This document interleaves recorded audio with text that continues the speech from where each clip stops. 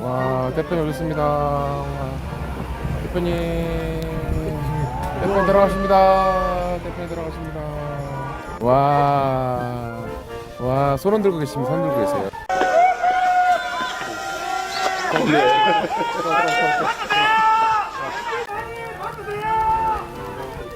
이재명 화이팅! 이재명 화이팅! 민주당 화이팅! 문재인 화이팅! 이재명 화이팅!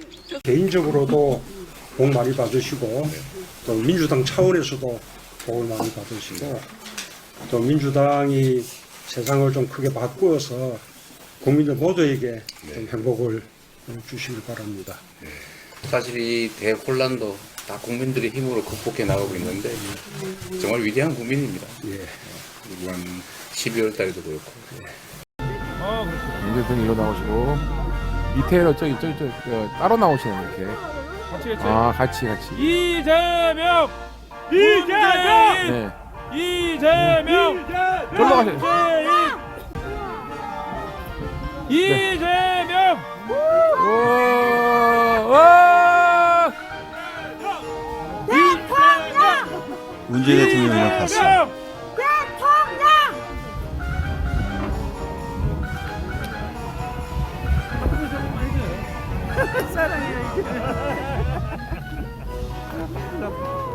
이걸로 나오십니다. 지지자들 있는 대로 나오셨어요. 인사를 직접 하고요. 지도부가.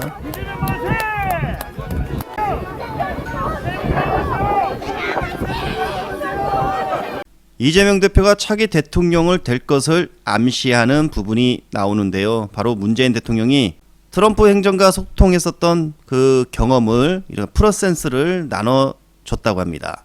그러면서 적극적으로 활용을 해주면 좋겠다. 자, 이런 목소리를 남겼다고 합니다. 한마디로 문재인 전 대통령은 차기 대통령 바로 이재명이다. 이렇게 암시한 부분이죠. 어제 이어 오늘도 이상민의 반격이 나왔습니다. 윤석열 최측근의 배신, 윤석열 22시 KBS 생방송 강조하며 계엄 선포 강행하려 해. 이런 입장이 나왔습니다. 어제 전해드렸던 부분이 뭐였죠? 바로 비상계엄 명분이 없었다. 비상계엄을 할 상황이 아니었다라며 실토로 했던 이상민. 오늘은 밤 10시 윤석열이 이런 말을 했다고 합니다. 그 22시에 KBS 생방송에서 발표한다. 이미 내가 불러놨다. 이미 윤석열은 국무위원들이 모이기도 전에 그 비상계엄을 강행하려 했다. 독단적으로. 이렇게 진술한 겁니다. 윤석열이 다 한 거야.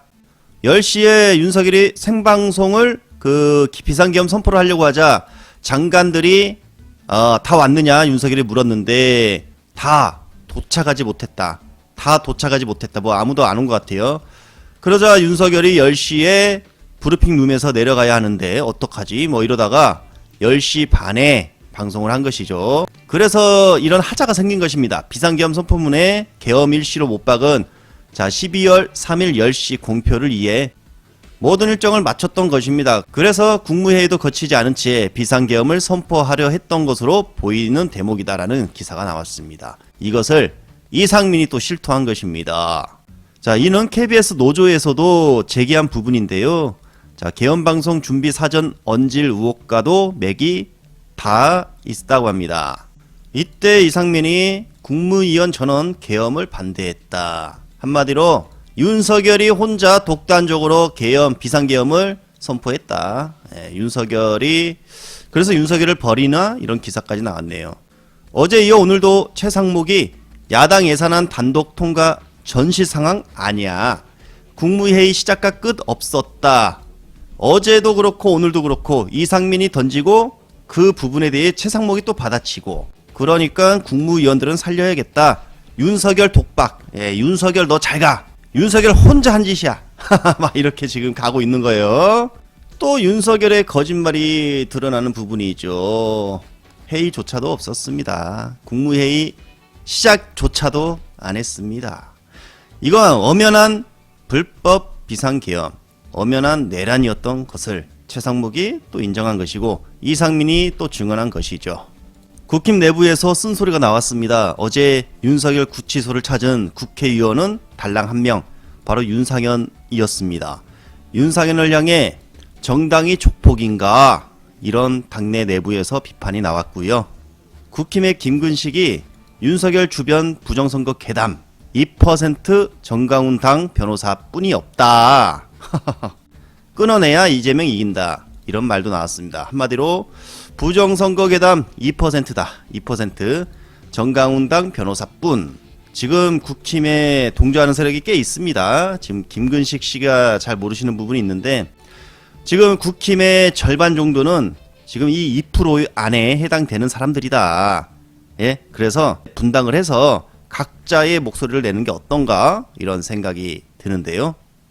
설 민심 여론조사, 야당이 여당의 2배, 대선가를 중도층은 달랐다. 이게 아무래도 정확한 민심일 듯 합니다. 중도층에서는 거의 압도적으로 뭐 7대3 비율로 야당이 여당을 이겼다. 이 부분이 다시 해제가 되었고요. 사상 최악의 가짜뉴스 생산지 스카이데일리, 이 신문지를 들고 눈물까지 흘렸다는 전한길.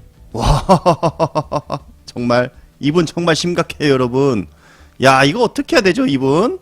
기사를 보면요, 더불어민주당이 스카이데일리 광고주들을 협박했다. 우리가 협박했나요? 그 가짜뉴스에 실린 광고주를 우리가 왜 협박합니까? 최근 스카이데일리에 나와 있는 이 가짜뉴스에 대해서의 우리가 지적이 있었던 것이죠. 이것도 가짜뉴스입니다.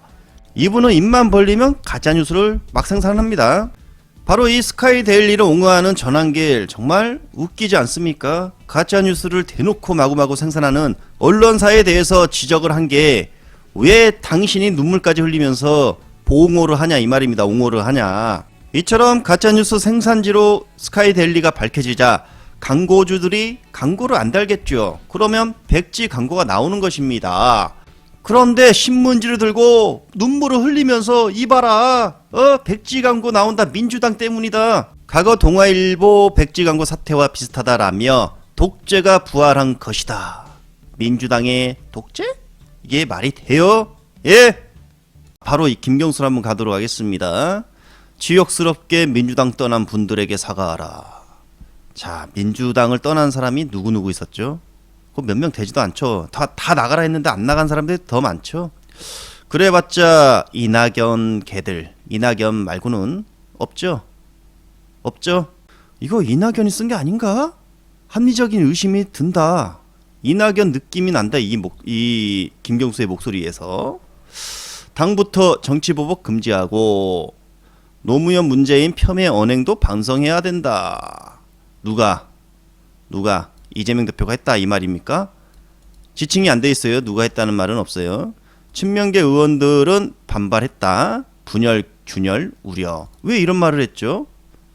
나는 김경수 전 도지사가 이런 말을 할 사람이 아닌데 지금 강하게 이재명 대표를 향해 저격을 했다.